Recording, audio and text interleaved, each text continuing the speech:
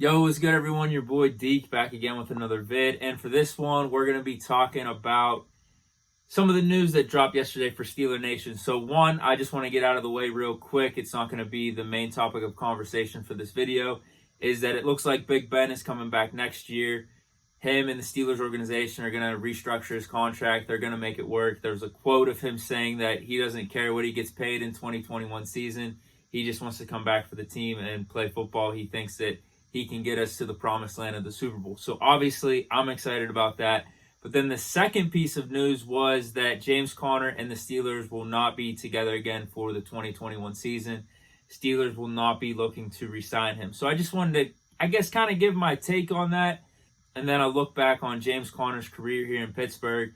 Did it live up to expectations? Was it as good as we thought, as bad? Whatever it is. So first, I wanted to get into his 2020 season. We look at the numbers: 721 rushing yards, 4.3 yards per carry, 6 touchdowns, 35 receptions, 215 receiving yards. And he only played in 13 games. Technically, it was 12 and a half because he missed the second half of that Giants game on Monday Night Football in Week 1. Those numbers actually aren't half bad. 721 plus 215, that totals to about 930 yards in total offense. And at a pretty efficient yards per carry, 4.3, 6 touchdowns.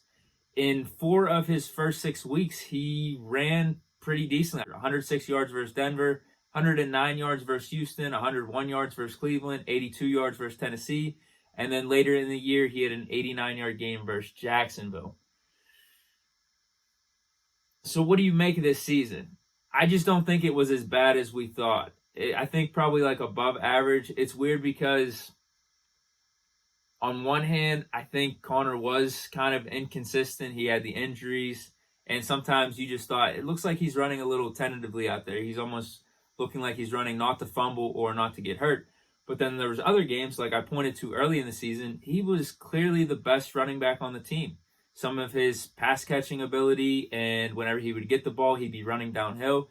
It was clear as day. Whenever Conner was right, he was definitely the best running back on the team, and sometimes looked like a top 7 or 8 running back in the NFL.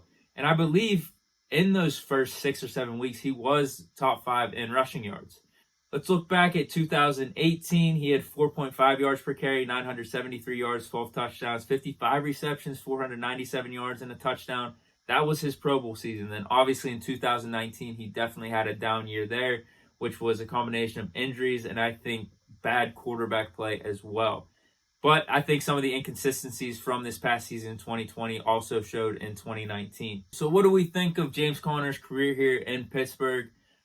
I'd say solid. I think what hurts him is the 2019, the quarterback play with Mason and Duck, being injured, being inconsistent a little bit. But overall, he definitely did have stretches, top 10, top 7, 8 running back in the NFL. I think one of the things that actually kind of hurt him in terms of reputation in his career here in Pittsburgh was coming after Le'Veon Bell.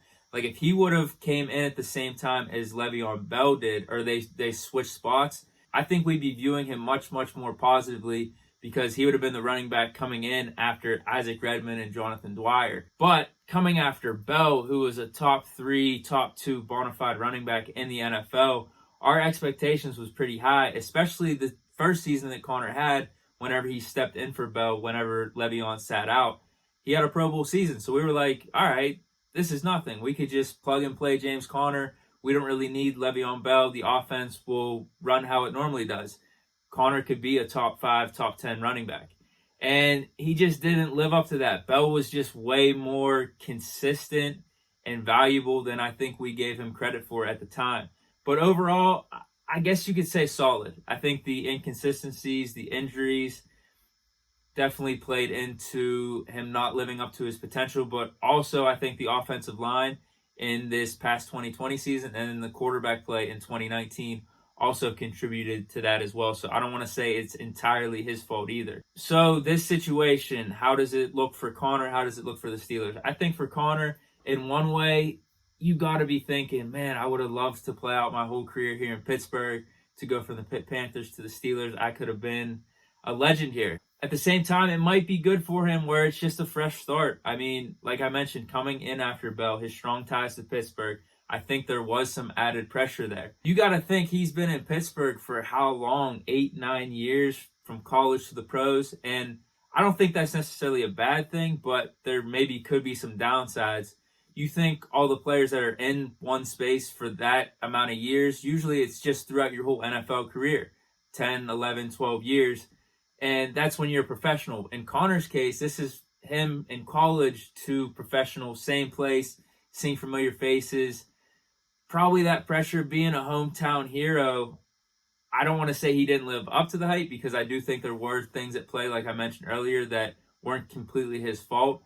But maybe it will be a good thing to get a fresh start for him. And then for the Steelers, I think it's the same thing, actually more definitively a good move for the Steelers, because I think there's just way more pressing needs on offense, especially with the offensive line, where I think you can have a running back behind an improved offensive line put up the same amount of production, if not better, than James Conner on a portion of the salary. So for the Steelers, I just don't think they were willing to pay that type of money for Conner, whatever he's looking for in free agency, because we have more pressing needs on offense. So I definitely think it makes sense for the Steelers. So yeah, let me know what you guys think of this move, as well as Connor's career here in Pittsburgh. Just kind of your thoughts, any comments. But that is about it. I hope you guys enjoyed the vid. Stay chilling, and peace.